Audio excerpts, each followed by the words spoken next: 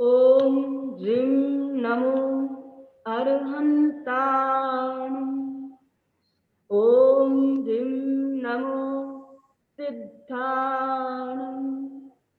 ओम ह्रीं नमो आयर्याणं। ओम ह्रीं नमो उवज्जायाणं।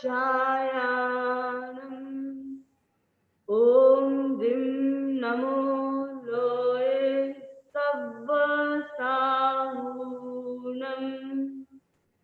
ओम ह्रीं नमो अरहन्ताणं। ओम ह्रीं नमो सिद्धाणं। ओम ह्रीं नमो आयर्याणं। ओम ह्रीं नमो उवज्जायाणं। ओम ह्रीं नमो लोये सव्वसाहूनम्। ओम ह्रीं नमो अरहन्ताणं। ओम ह्रीं नमो सिद्धाणं। ओम ह्रीं नमो आयर्याणं। ओम ह्रीं नमो उवज्जायाणं। ओम ह्रीं नमो लोये सव्वसाहूनम्। एषो पञ्चनमुक्कारो सर्वपापनाशनो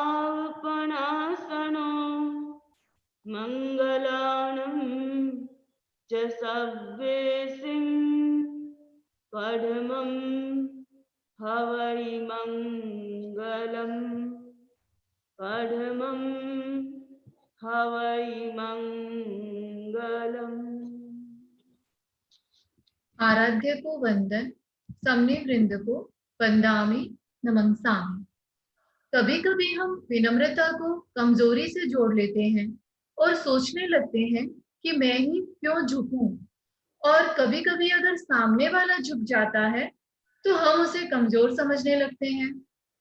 पर दरअसल किसी का रिस्पेक्ट करने के लिए झुकना हमारी कमजोरी नहीं बल्कि बहुत बड़ी ताकत है। जब भी हम किसी बड़े आदमी में विनम्रता का व्यवहार देखते हैं तो मन में जरूर आता है कि वो कितने पोलाइट हैं, सच अ ग्रेट पर्सनालिटी। विनम्रता हमें सिर्फ ग्रेट ही नहीं परफेक्ट भी बनाती है। कैसे, ये हम जानेंगे आज की कहानी गिव रिस्पेक्ट बी परफेक्ट में, जिसे सुनाने के लिए मेरा करबद्ध विनम्र निवेदन ऑर्लैंडो यूएसए से हमारे बीच विराजित सम्मी श्री जिन प्रज्ञा जी से। वंदामि नमंसामि।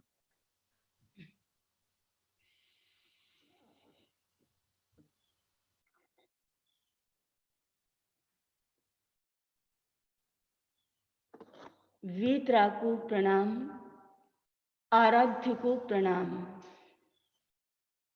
परम पूज्य गुरुदेव आचार्य श्री के श्री चरणों में मेरी अभिवंदना। बंधुओं बहनों,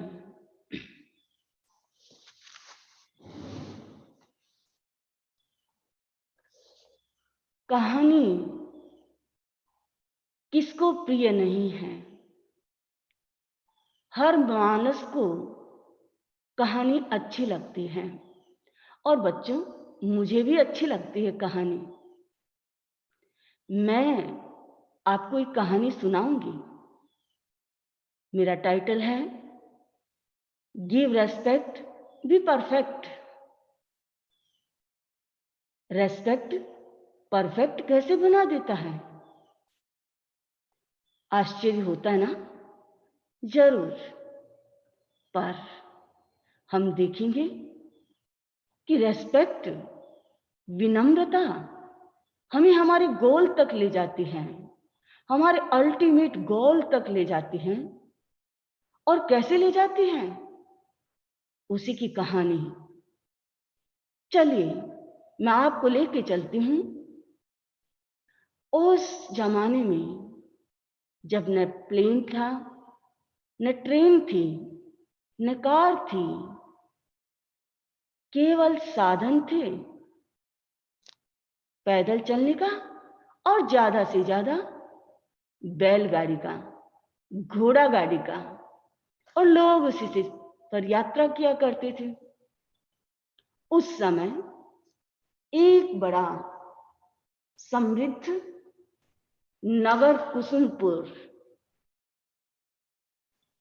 बड़ा ही सुंदर सुव्यवस्थित बसा हुआ सुंदर नगर था, और उसका राजा था धनद, और उसकी रानी का नाम था पद्मावती।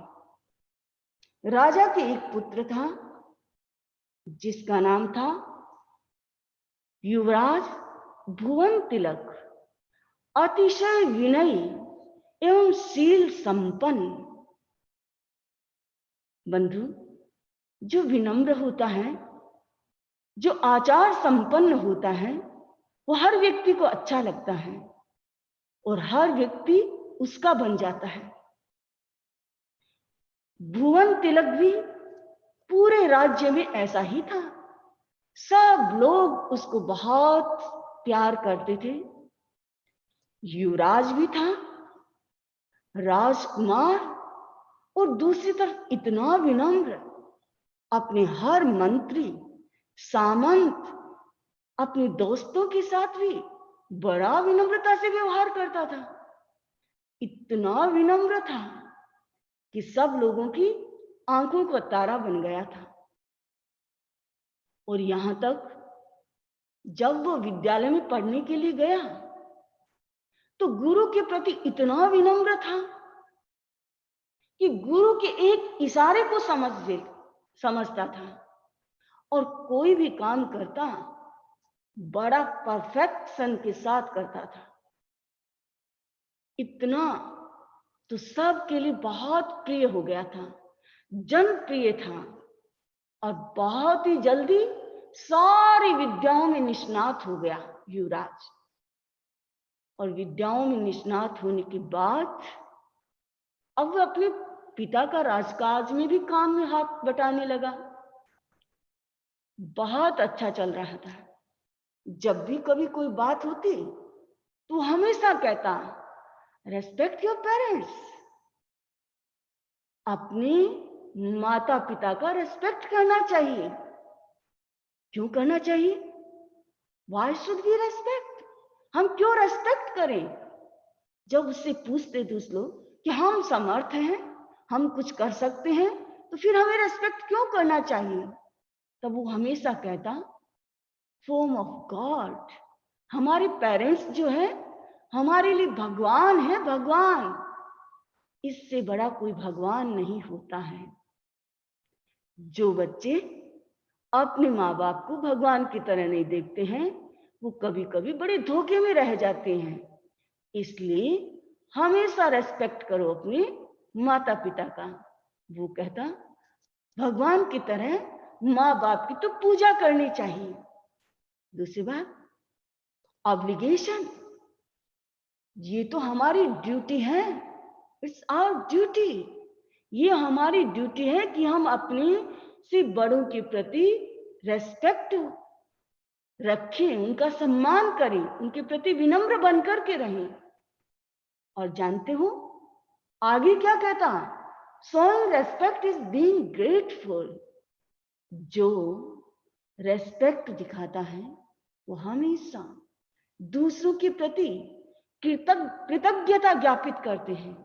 यानी क्योंकि हर चीज हमें दूसरों से मिलती है बंधु, मिलती है या नहीं मिलती है? हम सारी चीजें हमारे पास नहीं होती है। हमारे एक छोटे से कागज के टुकड़े में भी न जाने कितने लोगों का हाथ होता है। तो हमें ग्रेटफुल तो होना ही चाहिए, सबके प्रति कृतज्ञ होना ही चाहिए। तो वो हमेशा कहता कि सबके प्रति हमें कृतज्ञ रहना चाहिए। वी नीड देम, हमें उनकी जरूरत है। हमें उनकी जरूरत है। आप क्या समझते हैं? आज के हमारे बच्चे जब पढ़ लिख लेते हैं, वो समझते हैं कि उनको हमारी जरूरत है, पर नहीं, वो कहता हमको उनकी जरूरत है। हमें अपनी पेरेंट्स की जरूरत रहती है। हाँ, सब कुछ हमें कहाँ से मिलता है? पेरेंट्स से मिलता है। तो वो हमेशा कहता है दे लव अस ऑलवेज, और कहता वो तो हमें हमेशा प्यार करते हैं, और जो हमें प्यार करता है हम कैसे उनको नेग्लेक्ट कर सकते हैं? ना ना, हम उनको कभी नेग्लेक्ट नहीं कर सकते। कितने सुंदर विचार थे उसके। बच्चों, ऐसा ही होना चाहिए। अगर ऐसा होता है तो वास्तव में हम परफेक्ट बन जाते हैं। अगर ये न होता है तो हम परफेक्ट नहीं बनते हैं।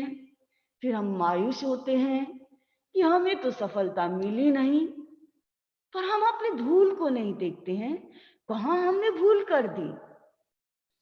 वो क्या कहता भुवन तिलक? हमेशा कहता they will give us anything we want. वो हमें वो सब चीजें देते हैं जो हम चाहते हैं। वो हमको सब कुछ देंगे जो हम चाहेंगे। दिया है और देते रहेंगे।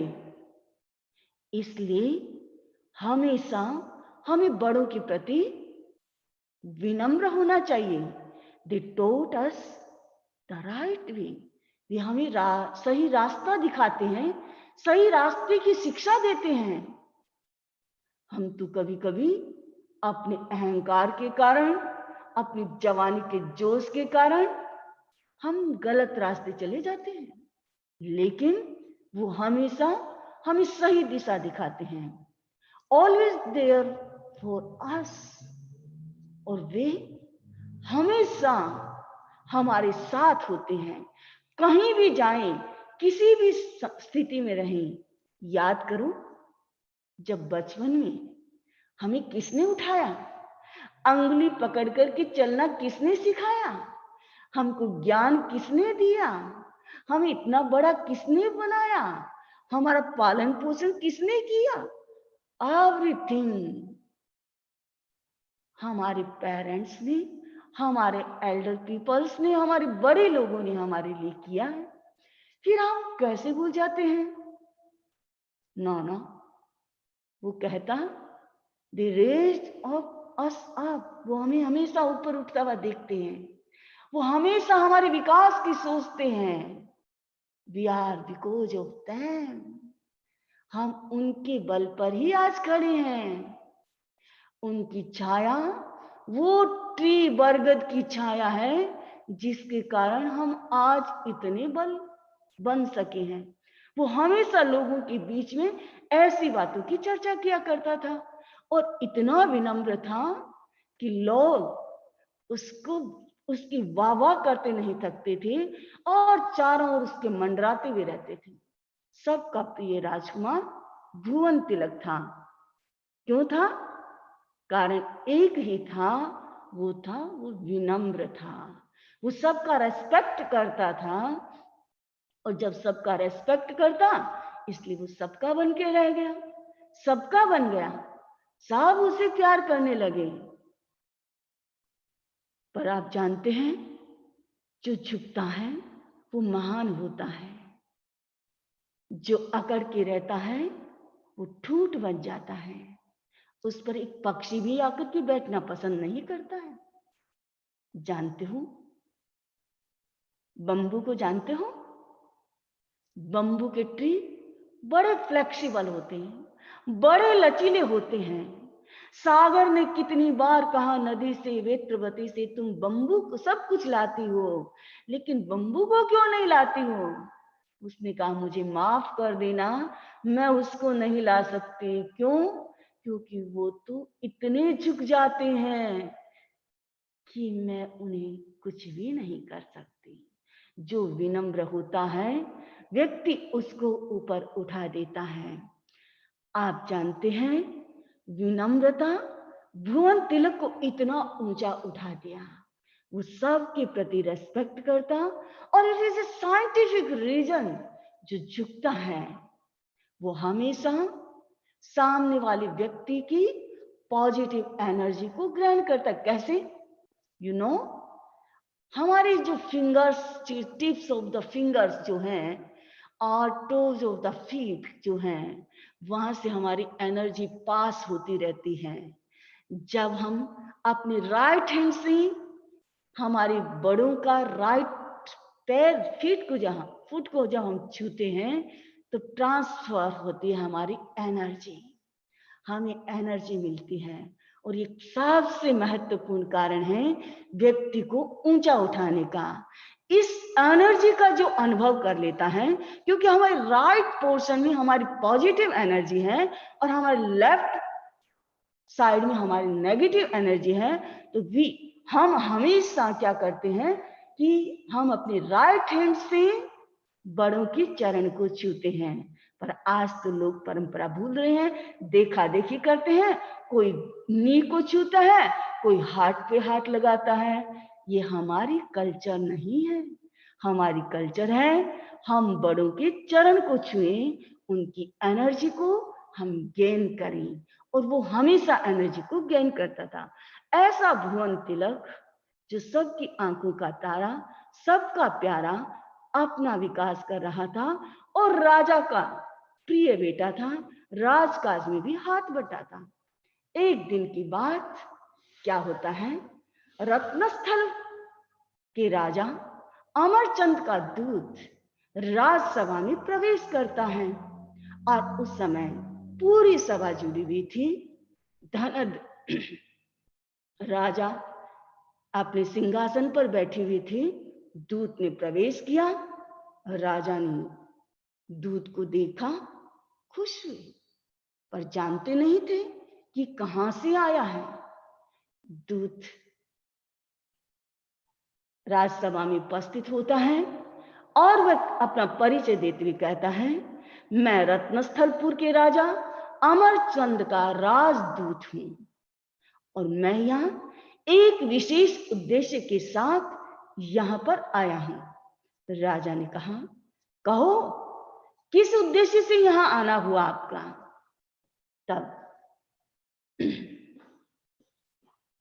राजदूत कहता है कि मेरे यहां आने का कारण है कि मैं अमरचंद राजा की इकलौती पुत्री, सर्वगुण संपन्न, रूप और लावण्य में रंभा जैसी सुंदरी यशोमती का प्रस्ताव लेकर आपके पुत्र भुवन तिलक के लिए लेकर के आया हूं। हमारी राजकुमारी ने आपके राजकुमार की इतनी प्रशंसा सुनी तो वह अपना दिल ही दे बैठी, इसलिए वो आपके पुत्र के साथ ही शादी करना चाहती है। इसलिए हमारे इस प्रस्ताव को स्वीकार करके हमें अनुग्रहित करें। और उसने यशोमती का चित्र दिखा दिया। चित्र को देख करके राजा बिल्कुल मंत्रमुग्ध हो गया। इतनी सुंदर राजकुमारी, इतनी सुंदर, और देखने से लग रही थी कि जरूर ये राजकुमारी तो कोई सर्वगुण संपन्न होनी चाहिए। राजा ने उनके प्रस्ताव को मान्य करते हुए से सम्मान के साथ उन्हें अपने अतिथि गृह में भेजा और राजकुमारी के बारे में विशेष जानकारी के लिए उससे पूछा। तब दूत ने राजकुमारी की जो जन्म कुंडली थी वह भी लेकर के आया और राजा के हाथ में थमा दी। राजकुमारी यशोमती की जन्म कुंडली राजा ने अपने पुरोहित को देखने के लिए दी। पुरोहित ने जैसे ही जन्म कुंडली को देखा और कहा, राजन, ये तो लक्ष्मी स्वरूपा है।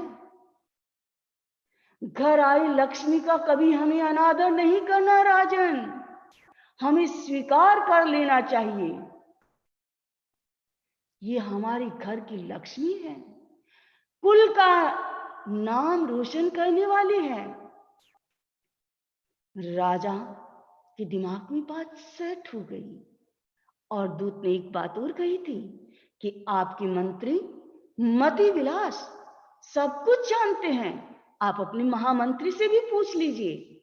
उन महामंत्री ने भी ऐसा ही कहा कि राजकुमारी बहुत सुंदर है, बहुत अच्छी है, सर्वगुण संपन्न है। राजा ने अपना रिश्ता बेटे का भुवन तिलक का तय कर दिया राजकुमारी के साथ, यशोमती के साथ, और शादी की डेट भी फिक्स कर दी।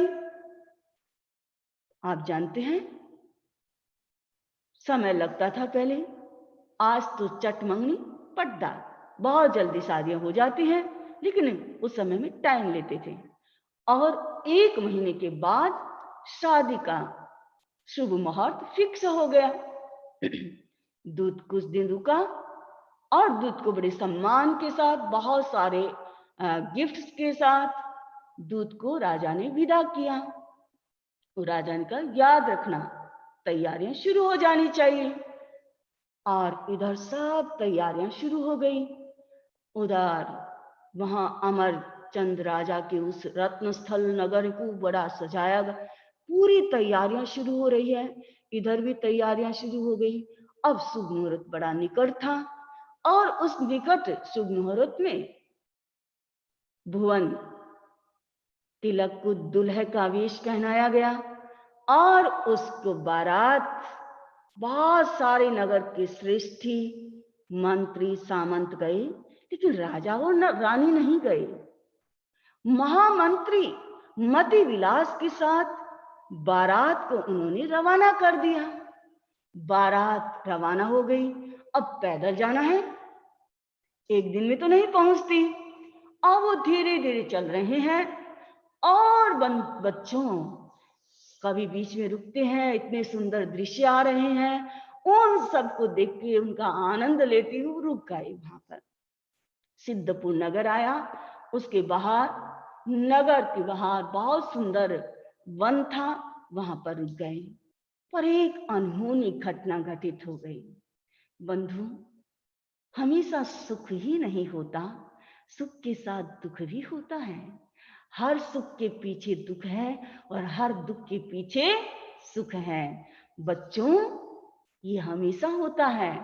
और क्या हुआ, वो भुवन सुंदर अचानक पता नहीं क्या हुआ और रथ के अंदर से नीचे बेहोश होकर के नीचे गिर पड़ा। चारों तरफ हाहाकार हो गया। ये क्या हुआ? महामंत्री मति विलास सकते में आ गया। मैं राजा और रानी को क्या जवाब दूंगा? ये क्या हुआ? उपचार कर रहे हैं, पंखा झेला जा रहा है, पानी का छिड़काव, गुलाब जल से पानी सिंचित किया जा रहा है, तरह तरह के उपचार किए जा रहे हैं, पर राजकुमार की मूर्छा तो टूट ही नहीं रही। मंत्री तो रोने लग गया। अब क्या होगा? मैं क्या जवाब दूंगा? ये क्या हुआ भगवान? ये क्या हुआ? कैसे ठीक होगा राजकुमार? और वो बहुत वेदना कर रहा है। हाथ पे हाथ धर बैठ गया। इस जंगल में कौन आएगा? कैसे काम होगा? कुछ पता नहीं चल रहा है। इधर एक सामंत भी उनके साथ था, कंठरी कंठीरव मंत्री के पास आया और बोला, महामाते, आप ऐसा करेंगे तो काम कैसे चलेगा? हमें उपचार खोजना चाहिए। लगता है पास में बस्ती है, चले खोजे, वहां कोई वैद्य मिलेगा। मंत्री को बहुत अच्छा लगा। हाँ, ये बात बहुत अच्छी है, चलो चलते हैं। राजकुमार को दूसरे अनुचरों के भरोसे छोड़ करके मंत्री और कंठीरव सामंत और कुछ लोग साथ चल पड़े।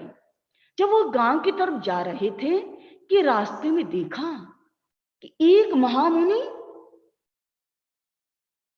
देवताओं द्वारा निर्मित कमल के आसन पर विराजमान है। उन्होंने अंदाजा लगाया ये जरूर केवली हैं। और इतनी उनको देखते ही उनको तो पूरा पूरा जो था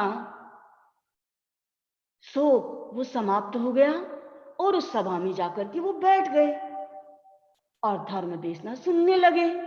वो केवली मुनि शरद भानु थी जिनकी देशना चल रही थी और वो सब देशना सुनने में मग्न हो गए।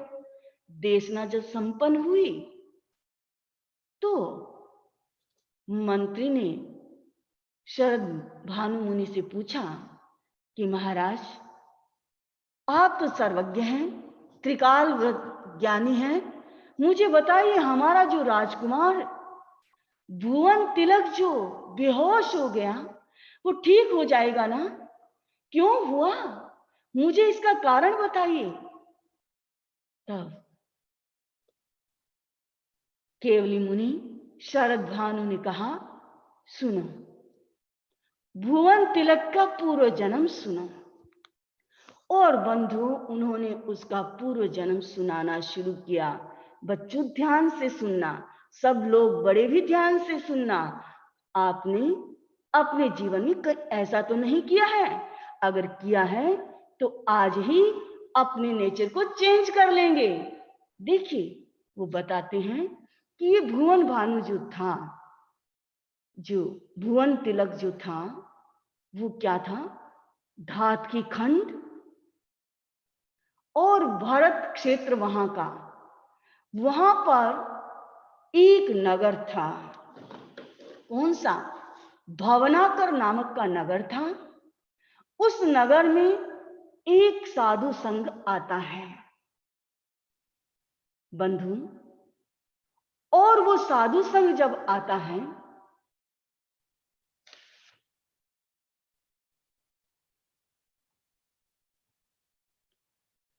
और यहां पर वो क्या था? वासव नाम का एक मुनि था। उनमें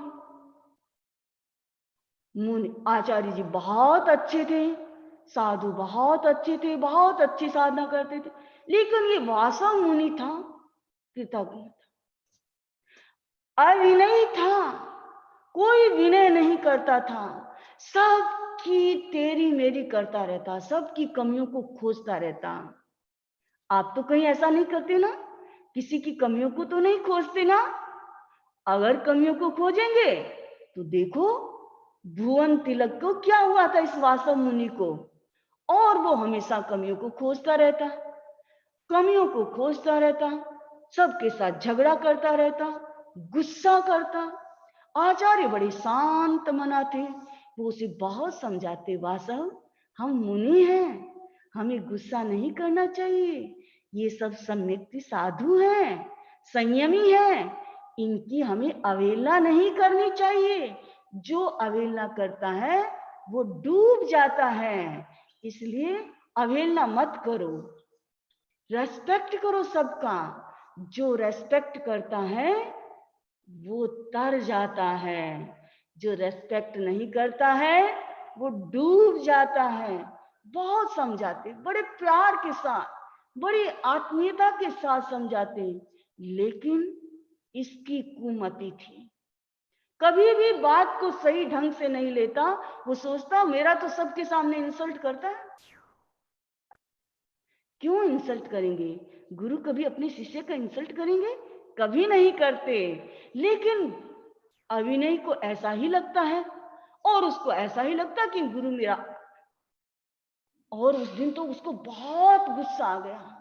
ऐसा लगा कि जैसे अग्नि में घी का काम कर दिया आचार्य जी की बात ने, और वो बहुत आवेश में आ गया।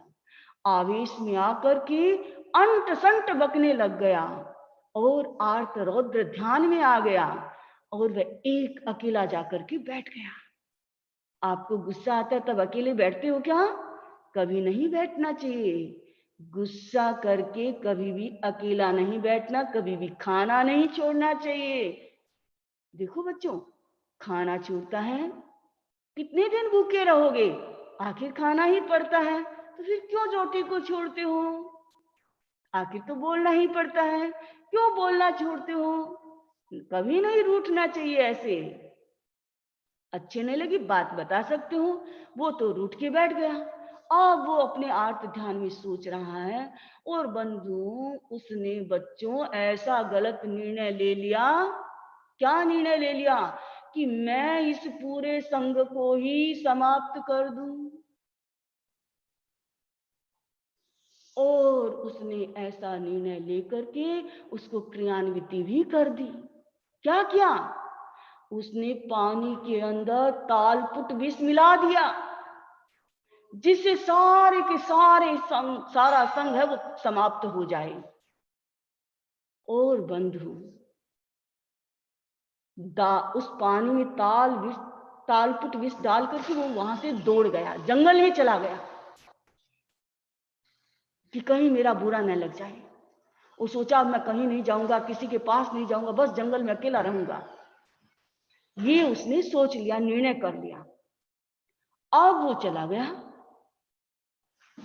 इधर क्या हुआ, शासन देवी को पता चला और उसने उनकी रक्षा कर दी। बता दिया उनको, किसी ने पानी नहीं पिया। बंधुओं, कभी भी धर्म संघ का नुकसान नहीं हो सकता। जो गलत करता है वो खुद ही अपने लिए गड्ढा खोदता है। वही हुआ उसके लिए। वो जब उस जंगल में गया तो उस जंगल में दावानल लगा हुआ था और उस दावानल में फंस गया और उस आर्त रौद्र ध्यान के अंदर वो मर करके कहां गया बच्चों? वो गया 7वीं नरक में। 7वीं नरक में चला गया। 7वीं नरक में चला गया। अब वहां का आयुष्य पूर्ण करके देखो, वो शरद भानु मुनि बता रहे हैं 7वीं नरक से वो आगे क्या, वहां से जब 33 सागरोपम का इतना लंबा आयुष्य पूरा करके फिर ये एक समुद्र के अंदर बड़ा मत्स्य बनता है और यहाँ भी ये बहुत कर्म करता है बुरे, फिर नरक में जाता है। ऐसे ये नरक और तिर्यंच में इतना घूमता है, इतना घूमता है, घूमते घूमते आखिर कहीं तो कहते हैं ना कि पहाड़ी से टूटा हुआ पत्थर पानी के साथ नदी में बहता बहता बहता गोल हो जाता है, वैसे ये भी थोड़ा गोल हुआ। इसने मनुष्य जन्म को प्राप्त किया और तापस बना। अब ये तापस में तपस्या करता है, काफी तपस्या करता है, बाल तपस्या, अकाम निर्जरा होती है इसको, लेकिन पुण्य का बंध तो हो ही गया। उस पुण्य के बंध से ये तुम्हारा राजकुमार जो है इस कुसुमपुर नगर के राजा धनक और रानी पद्मावती के गर्भ में आया और ये भुवन तिलक राजकुमार बना है। बंधुओं, पता चला बच्चों, जो किसी का रेस्पेक्ट नहीं करता है, अविनयी जो होता है, वो हमेशा ऐसे भटकता है। अब देखिए क्या होता है। और ये तापस से भुवन कुमार बन गया। अब भुवन कुमार की यात्रा चलती है। अब वो मंत्री जो वहां थे, ये सारी कहानी रोंगटे खड़े करने वाली राजकुमार की कहानी सुन करके वहां पर आते, फिर से पूछते हैं क्या हमारा वो राजकुमार, अरे वो तो सचेत हो चुका है, जाओ तुम। वहां पहुंचे तो राजकुमार बिल्कुल स्वस्थ बैठा है। राजकुमार को सारी बात बताई। राजकुमार ने जैसे ही सारी बात सुनी, बंधुओं, वो भीतर का वैराग्य जग गया। दुल्हा वैरागी बन गया, रागी वैरागी बन गया। उसने कहा मुझे अब शादी नहीं करनी है, मुझे तो शरद भानु जी के पास ही जाना है। और वो बहुत कहते हैं कि नहीं नहीं, राजा क्या कहेंगे, राजकुमारी इंतजार कर रहे, एक बार शादी करो उसके बाद तुम दीक्षा ले लेना। उसने कहा नहीं, मुझे अब कीचड़ में पैर नहीं रखना है, अब मुझे शादी नहीं करवानी है। और वो केवली मुनि शरद भानु के पास आता है। मंत्री बड़ी मुश्किल से दीक्षा की आज्ञा देता है, राजा रानी है नहीं, आखिर आज्ञा देनी पड़ी मंत्री को। और ये भुवन तिलक शरद भानु मुनि केवली के पास आकर के दीक्षित हो जाता है। और बंधु, दीक्षित होने के बाद जैसा भुवन तिलक विनयी था, उससे और 4 गुना विनयी बन गया। इतना विनयी बन गया, हर पल हर क्षण अपने आचार्य की सेवा में, उपासना में बैठा रहता है। और उसने ये समझ लिया, धम्मस्य विनयो मूलम। धर्म, विनय का मूल क्या है? धर्म है। इस बात को उसने हृदयंगम कर लिया। और उसने ये भी हृदयंगम कर लिया अपने, रायणीयेषु विनयम पौंजे। भगवान ने कहा ना, रायणीयेषु विनयम पौंजे, अपने से पूज्यों की, रात्मिकों की विनय करो। अब वो विनय की चर्या में इतना लीन हो गया। कहाँ तो देखो वासव मुनि में वो अविनयी था, और आज वो इतना विनयी बन गया, इतना विनयी बन गया कि उस विनय ने उसके सारे कर्मों को धो डाला। बच्चों, गिव रेस्पेक्ट, बी परफेक्ट। अगर तो आपको परफेक्ट बनना है तो सबको रेस्पेक्ट देना भी सीखो, सबका विनय करना सीखो। अपने से कोई भी बड़ा है उसका भी हमें विनय करना चाहिए, किसी की भी अवज्ञा नहीं करनी चाहिए। हमेशा विनय में से विनय की खोज होनी चाहिए। जो विनय की खोज करता है वो जीवन में आगे आगे आगे आगे बढ़ता चला जाता है। बंधु, एक विनय को पकड़ लीजिए। जो एक विनय को पकड़ लेता है वह अपने भौतिक जीवन में भी सफल हो जाता है। आप जितने भी महान लोग हुए हैं उनकी जीवनी को उठा करके पढ़ना और देखना, सब ने अपने से बड़ों की, अपने बॉस की, अपने टीचर की और अपने माँ बाप की, सब ने इतना विनय किया, वो अपने जीवन में श्रेष्ठ बन गए, महान बन गए। महान बनने की कुंजी जो है वो विनय है। ये विनय भुवन तिलक मुनि बन गए शरद भानु मुनि केवली के पास, और साधना में लीन हो गए। साधना में लीन हो गए, पर इधर उस राजकुमारी का क्या हाल हुआ? राजा को समाचार मिल गया कि राजकुमार तो दीक्षित हो गया है।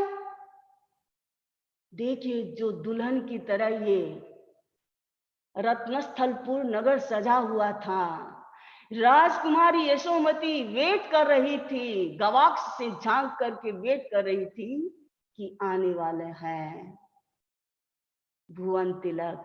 पर बंधु, समाचार ये मिला कि वो रागी तो विरागी बन गया, विरागी बन गया। राजा और रानी को बड़ा, अमरचंद राजा को बड़ा सदमा सा लगा। मंत्री से पूछता, क्या करें, क्या होगा मेरी राजकुमारी का? तब मंत्री ने कहा, किसी दूसरे राजकुमार की खोज कर लेते हैं। और दूसरे राजकुमार की खोज भी हो गई। पर जैसे ही राजकुमारी यशोमती को पता चला, वह तुरंत अपने पिता के पास आई और बोली। क्या बोली? ये मंत्रणा की और मंत्री ने दूसरे राजकुमार की बात बता दी। तब राजकुमारी पिता के पास आई और बोली, मैं भी आत्म कल्याण करूंगी। पति का वरण एक बार ही होता है, बार बार नहीं किया जाता। मैं अब किसी दूसरे राजकुमार के साथ शादी करवाने वाली नहीं हूं। मैं भी मेरी आत्मा का कल्याण करूंगी। अच्छा है, इन भौतिक बंधनों को तोड़कर मैं भी उस कल्याण के मार्ग का अनुगमन करूंगी। और बंधु, वो राजकुमारी जो फूलों के सैया पर सोने वाली, कांटों के रास्ते पर चलने के लिए तैयार हो गई। राजा और रानी को आज्ञा तो देनी ही पड़ी, और दीक्षा हो जाती है। बंधु, उधर राजकुमार भुवन तिलक ने उन्हीं शरद भानु मुनि के पास में दीक्षा ली और उन्हीं के पास ही साध्वी बन जाती है यशोमती। दोनों ही साधना करते हैं और उच्च कोटि की साधना करते हैं। उस साधना को करके और यह भुवन तिलक क्षायक श्रेणी में आरोहण करता है और आरोहण करके अपने 4 घाती कर्मों का क्षय कर देता है। ज्ञानावरणीय, दर्शनावरणीय, मोहनीय और अंतराय, इन 4 घाती कर्मों का क्षय करके केवल ज्ञानी बन जाता है। बंधु, एक यात्रा देखा, विनय, गिव रेस्पेक्ट, बी परफेक्ट। जो विनय करता है वह परफेक्ट बन जाता है।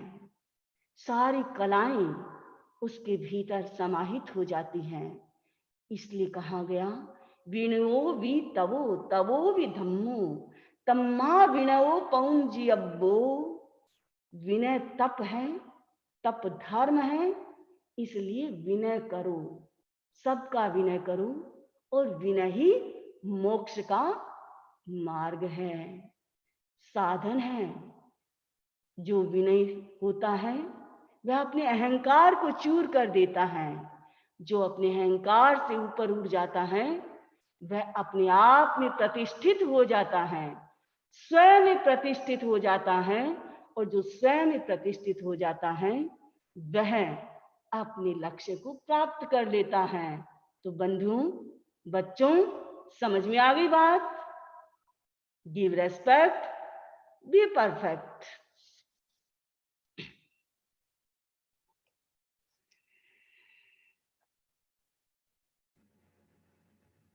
अर्हम। बहुत बहुत कृतज्ञता वंदनामि आपके प्रति। बहुत ही सुंदर विनम्रता का आपने एक मैं कहूँगी कि एक प्रशिक्षण ही दिया है और मेरे ख्याल से काफी सारे बच्चों के पेरेंट्स के साथ में बैठे हैं। तो अब आज से बच्चे पक्का अपने पेरेंट्स का रिस्पेक्ट करना तो शुरू कर देंगे, ये तो मुझे लग रहा है। तो सुनते हैं उन्होंने क्या अनुभव किया, क्या सीखा है। सबसे पहले लिखित, उनके बाद चैतन्य दुग्गड़। लिखित, आप बताइए। मैंने सीखा कि हमें दूसरों की गलतियां नहीं निकालनी चाहिए और हमेशा प्रेम से रहना चाहिए। और अपनी गलतियों का क्या करना चाहिए? अपनी गलतियों को मानना चाहिए। मुझे दो शब्दों का मतलब नहीं समझ आया, विनय और प्रतिष्ठा, तो उसका मतलब क्या है? प्रतिष्ठा, इट मीन्स हम स्थित, प्रेस्टीज जो हमारी बढ़ती है, प्रेस्टीज, प्रतिष्ठा। जैसे जैसे हम विनय करते हैं वैसे वैसे हम विनम्र होते हैं, वैसे वैसे हमारी प्रतिष्ठा बढ़ती है, यानी हम लोगों के अंदर सम्मानित स्थान को प्राप्त करते हैं। और विनय मतलब रिस्पेक्ट करना या पोलाइट? रेस्पेक्ट करना, पोलाइट होना। चैतन्य दुग्गड़, उनके बाद रिया सेठिया। वंदामी नमन स्वामी, जी, आज से मैं विनय करने की कोशिश करूंगा। मेरा यह प्रश्न था कि पुराने जमाने से सब लोगों के मम्मी पापा अपने बच्चों को पुरानी कहानियां सुनाते हैं, पर आजकल के मम्मी पापा अपने बच्चों को कहानियां नहीं सुनाते हैं, ऐसा क्यों? बिल्कुल, बहुत एक दर्द भरा प्रश्न बच्चे ने किया है। क्योंकि लगता है आज की दौड़ क्या हो गई है, करियर की दौड़ हो गई है। मम्मी और पापा दोनों ही करियर के पीछे दौड़ते हैं, इसलिए वो कभी कभी थोड़ी ड्यूटी से भूल जाते हैं, अपनी ड्यूटी को भूल जाते हैं, अपनी रिस्पॉन्सिबिलिटी को भूल जाते हैं। लेकिन अब ये समझने की बात है कि आपको ऐसी कहानियां अब मिलने वाली हैं, इनके साथ जुड़ो, उनको सुनो और अपने जीवन के साथ जोड़ो। ठीक है? रिया सेठिया, उनके बाद दीपेश विजयवाड़ा से। हाँ बोलो रिया। हाँ, मैंने इस कहानी से ये सीखा कि हमें दूसरों की गलतियां तो निकालनी नहीं चाहिए और हमें रिस्पेक्ट देनी चाहिए बड़ों के।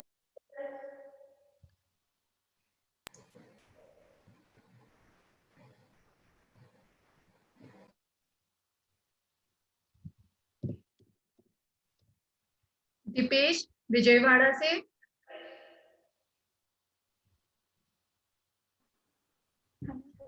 आप बताइए आपने क्या।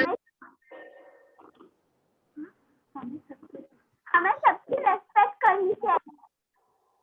हमें सबकी रेस्पेक्ट करनी चाहिए। वृद्धि सिंघी, उनके बाद खुशबू। वंदामी नमन स्वामी, मैंने इस कहानी से ये सीखा कि निकालनी चाहिए, हमें खुद की गलती पर ध्यान देना चाहिए एवं अपने माता पिता का रिस्पेक्ट भी करना चाहिए। खुशबू, उनके बाद जिया ओसवाल। वंदामी नमन स्वामी, मैंने इस स्टोरी से ये सीखा कि हमेशा किसी की कमी नहीं ढूंढने का और बड़ों की आदर करने का, और हमेशा बड़ों के घुटने नहीं छूने के, पैर छूने के, पैर छूकर प्रणाम छूकर प्रणाम करना। Very good. जिया ओसवाल, उनके बाद प्रणवी नाटा।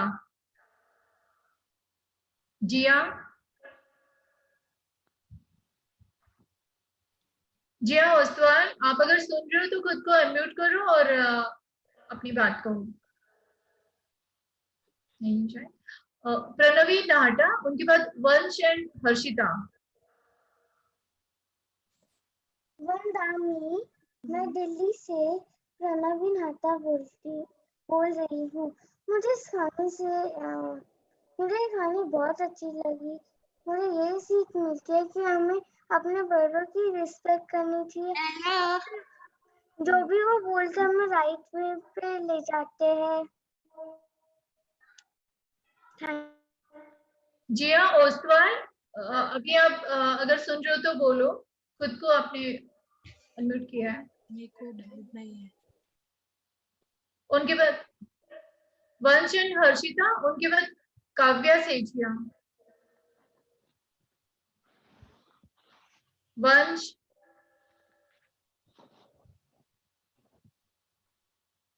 अगर बच्चों के साथ पेरेंट्स है तो प्लीज सबसे रिक्वेस्ट है कि आप उनको जैसे ही नाम बोलो उनको अनम्यूट कर दीजिए ताकि वो अपनी बात रख सके। काव्या सेठिया, उनके बाद सानवी। काव्या। वंदामी नमन स्वामी, मैं काव्या बोल रही हूँ नेपालगंज से।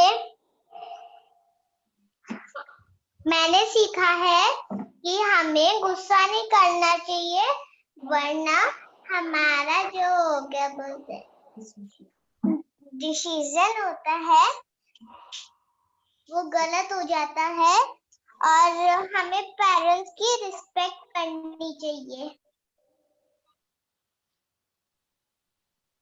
सानवी। मैंने इस कहानी से सीखा कि हमेशा हमें बड़ों की बात सुननी चाहिए।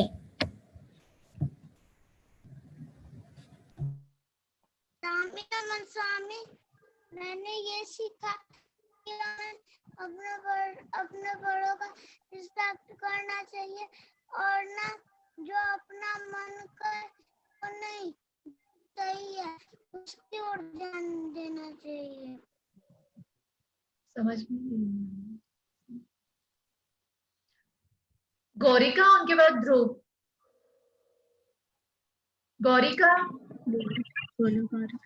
मैंने सीखा स्टोरी से कि हम सबका रिस्पेक्ट करेंगे तो सबको हम बहुत अच्छे लेंगे।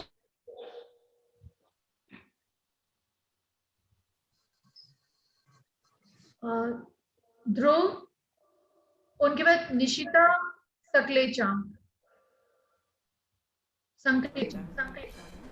वंदामी नमन सामी। मैंने इस कहानी से यह सीखा कि हमें हमारे बड़ों को रिस्पेक्ट करना चाहिए और हमें दूसरों की गलतियां नहीं ढूंढनी चाहिए और हमें क्रोध नहीं करना चाहिए।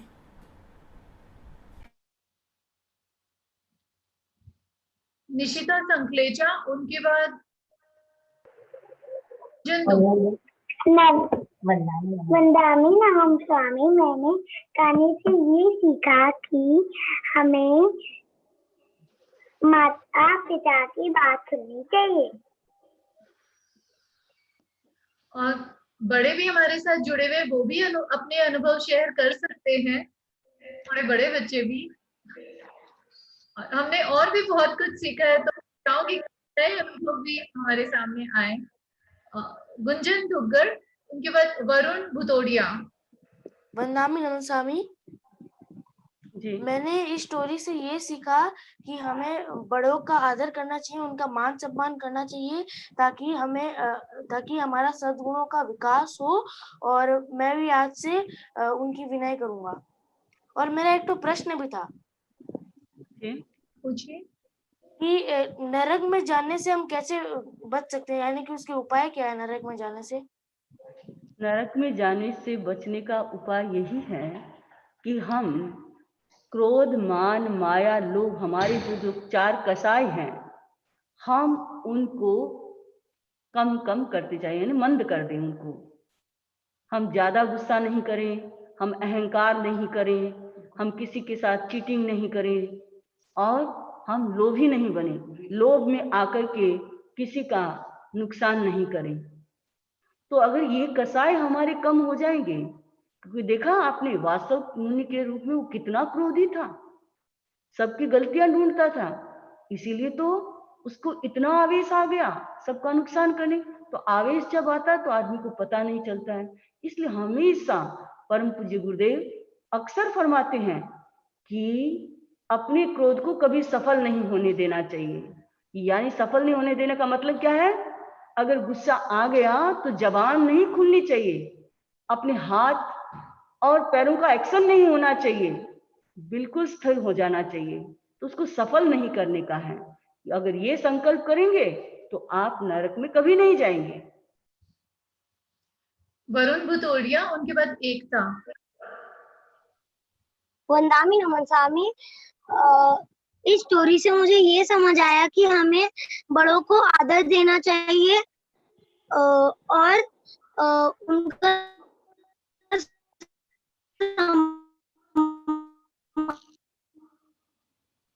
एकता।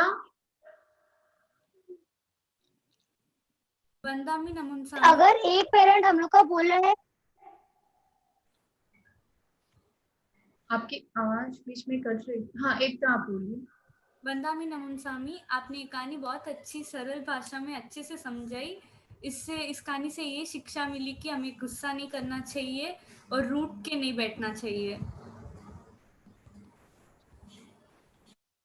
हम सब ने एक चीज और सीखी कि हमें अपने धर्म, अपने गुरु और संत जनों के प्रति, जैसे वंदामी है या साधु साध्वी है, सबके प्रति हमें आदर रखना चाहिए। उनके प्रति अगर हम आदर रखेंगे तो उनके वो गुण हम में अपने आप आएंगे और हम उनसे जो ज्ञान भी हम अगर कुछ लेना चाहते हैं तो बिना रिस्पेक्ट के हम ज्ञान नहीं ले सकते हैं। तो इसलिए रिस्पेक्ट करेंगे तभी हमें जो हमें सीखना है अच्छा बनने के लिए, या हमें जो अपने जीवन में महान बनाएगा वो हम उसी से सीख पाएंगे। और वंदामी, अब कंक्लूजन के लिए आपसे इसकी मूल सीख निवेदन करती हूँ। तो जो ये स्टोरी आपने सुनी, ये महासभा का बहुत ही अच्छा उपक्रम चल रहा है। और इस कोविड-19 के समय में जब सब लोग घर में बैठे हैं, तो उस समय इस तरह का जो उपक्रम चलता है, और ये जो स्टोरी का आप जो नया उपक्रम शुरू किया है, पहले भक्तामर चलता था, 25 बोल चल रहे हैं, कितना सुंदर चल रहा है। और अभी कहानियों की दौर शुरू हुई है। तो कहानियों के माध्यम से, उदाहरण के माध्यम से हम किसी चीज को बड़ी सरलता के साथ अपने जीवन के साथ जोड़ सकते हैं, क्योंकि किसी के जीवन की रियल घटना हमें बहुत जल्दी टच करती है, और जो चीज हमें टच कर जाती है फिर वो हमारे जीवन के साथ जुड़ जाती हैं।